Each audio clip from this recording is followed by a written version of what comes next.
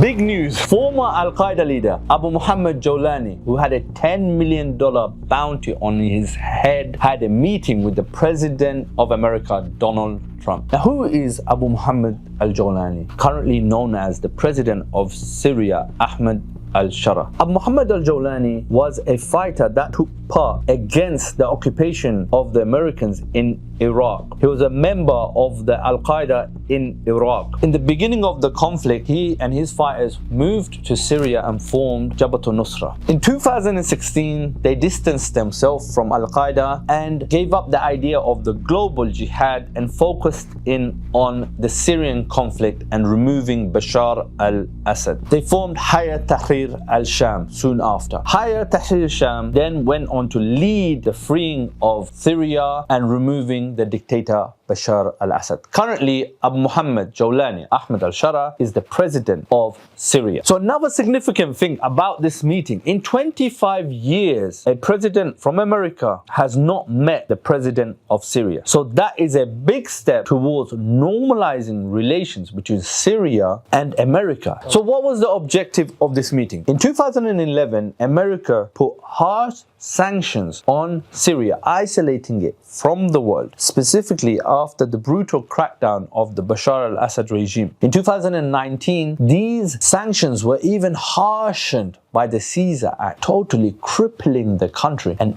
everyone inside the country suffering, not only the leadership. So the key objective of this meeting was to get these sanctions removed, allowing Syria to recover again. So Alhamdulillah, the President of America has announced that these sanctions will be lifted or have been lifted. Why is that significant? What does it mean for the economy? Alhamdulillah, as soon as these announcements were made, straight away the Syrian currency recovered a lot. Let me give you an example. Just a few days ago, $1 was equal to 12,000 Syrian pounds. And as soon as the announcement was made that the sanctions will be removed from Syria, the currency recovered from $1 to 12,000 to $1 to 7,500 Syrian pounds. Another big thing, it means that the international banking system, Syria can now finally be a part of it. You know what that means? That means you can transfer money to us directly in Syria. That I can open a bank account and do international transfers. I can receive funds. That means our charity, who was struggling to bring in funds into Syria because of the sanctions,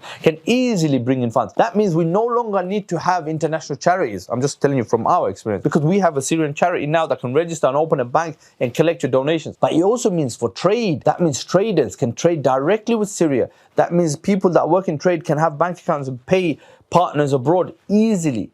It means foreign investment. That means foreign companies can start opening up in Syria right now. It means your business could have a franchise in Syria, all of which was not allowed before. That's huge news, because it will create employment and allow recovery for the economy and country, allowing people to come out from poverty, which was mainly created because of these sanctions and because of this harsh war. Now people can start getting out of poverty. Or another big part is that the natural resources that Syria has, and Syria has a lot of natural resources, especially petroleum and gas and so forth, can now be tapped with the help of foreign companies, something Syria couldn't do alone. So this is big, because you got to remember, Syria is actually a really wealthy country, which was crippled by war and sanctions. Now, Alhamdulillah, because of these changes, Syria can look forward to becoming the rich and wealthy country that it deserves to be. In exchange for removing these sanctions, America has some requests and recommendations. Namely, they want Syria to be a part of the Abraham Accords. What is the Abraham Accords? It is an initiative led by Donald Trump to normalize relations with Israel and the Arab countries. So far, 4 countries have signed up to the Abraham Accords, namely the Emirates, Bahrain, Sudan, and Morocco. Think about this. Egypt and Jordan and Saudi and all these neighboring countries have not even signed this Abraham Accords, and they're trying to pressure Syria to sign it. So far, the Syrian president has refused to be a part of the Abraham Accords. There's also a repeated mention about foreigners and foreign fighters in Syria. And this was something that was mentioned not long ago in the president's visit to Paris, where he responded, because the pressure is being applied by America and foreign countries to get rid of foreign fighters that are inside Syria. A request that was also made to the Taliban, and actually we saw a lot of foreign fighters, especially fighters from the West, leaving Afghanistan after that request. But here in Syria, there's a difference. The president has made it clear The foreigners are not going anywhere. The opposite. The foreigners are getting Syrian citizenship and becoming a part of the society, no longer going to be referred to as foreigners because they're going to be Syrians. Another request that's been made is for the Syrian government to take responsibility over the ISIS prisoners that are in the northwest of Syria. There is almost 6,000 male fighters ISIS fighters in American prisons in the northwest of Syria. There is 60,000 women and children in prison camps in that region.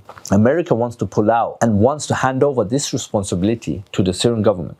America also wants help with regards to stopping the resurgence of ISIS in this region, and they want the Syrian government to help with that task. And they also want assistance from the Syrian government to remove Palestinian fighters from Syrian territories. So these are big events that are happening, and let's see what happens with the outcome. But what interests me is what your thought is on these events. Because come on, there's no hiding the fact that America is arming and funding Israel's genocide against our Palestinian brothers and sisters.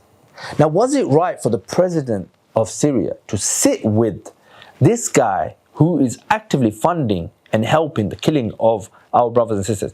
Do you see this as a form of sellout or treachery from the Syrian president? Or do you think that this is something that the Syrian president needed to do to enable him and his country to get back on his feet, making it more able to do more for the Ummah? So where do you stand with these moves? What's your opinion? Let me know in the comments below.